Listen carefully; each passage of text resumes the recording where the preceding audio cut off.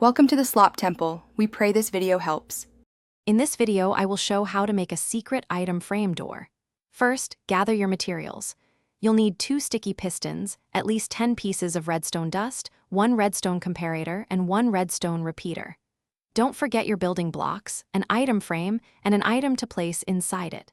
Having these items ready will make the building process much smoother and quicker. Let's get started on the first steps. Now, let's build the core mechanism.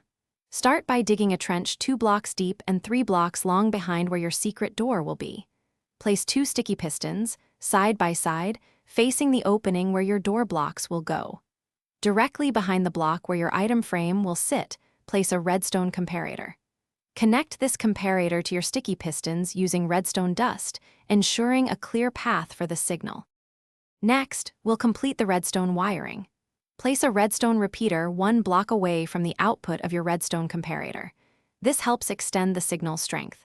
Now, connect the repeater to your sticky pistons using more redstone dust. Make sure all the redstone components are properly linked, forming a continuous circuit. This setup ensures the pistons receive the correct signal to open and close your hidden door effectively. Finally, let's add the finishing touches and test our door. Place your item frame on the block directly in front of the redstone comparator. Put any item inside the frame. Now, rotate the item. You should see the pistons activate, opening or closing your door. Once confirmed, carefully conceal all the redstone components with your building blocks. Congratulations, you now have a fully functional and perfectly hidden secret item frame door. Thanks for watching. Consider subscribing if we helped you.